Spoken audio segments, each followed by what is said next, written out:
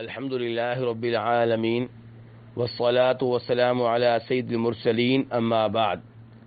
نبی صلی اللہ علیہ وسلم نے مسلم شریف کی صحیح حدیث کے مطابق اس شخص کو جس نے قربانی کرنی ہو ذی الحجہ کا چاند نظر آنے کے بعد ناخن کاٹنے سے، بال کاٹنے سے روکا ہے۔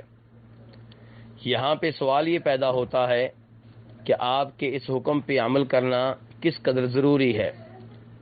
کچھ علماء کرام کا یہ کہنا ہے کہ بہتر یہ ہے کہ آدمی بال نہ کاٹے، ناخن نہ کاٹے، لیکن اگر کوئی کاٹ لیتا ہے تو کوئی مسئلہ نہیں ہے۔ اور دیگر علماء کرام کا یہ کہنا ہے کہ آپ جب بھی کوئی حکم دیں تو اس حکم پہ عمل کرنا واجب ہوتا ہے، لازمی ہوتا ہے، ضروری ہوتا ہے۔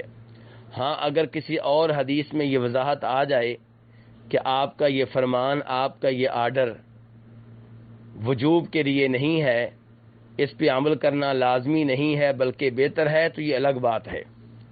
اور یہاں پہ جو آپ نے آرڈر دیا ہے کہ جس نے قربانی کرنی ہو وہ اپنے بالوں اور ناخنوں کو کاٹنے سے باز رہے، دور رہے، تو صحیح بات یہ ہے کہ اس پہ عمل کرنا واجب ہے، لازمی ہے، ضروری ہے، اور اپنے ناخنوں اور بالوں کو کاٹنا حرام ہے۔ اس لیے جو آدمی جان بوجھ کر نبی علیہ الصلوۃ والسلام کے اس حکم کی خلاف ورزی کرے گا تو وہ نبی علیہ الصلوۃ والسلام کی نافرمانی کر رہا ہے، اور اسے چاہیے کہ سچے دل سے اللہ سے توبہ استغفار کرے، اللہ سے معافی مانگے، لیکن اس پہ کوئی جرمانہ نہیں ہے۔ توبہ استغفار کا اسے اہتمام کرنا چاہیے اور اللہ سے معافی مانگنی چاہیے کہ میں نبی علیہ الصلوۃ والسلام کے آرڈر کو وہ اہمیت نہیں دے سکا جو دینی چاہیے تھی، یا اللہ مجھے معاف کر دے۔ لیکن اس وجہ سے اس کی قربانی پہ کوئی اثر نہیں پڑے گا، یعنی کہ ہم یہ نہیں کہہ سکتے کہ اس کی قربانی نہیں ہوگی۔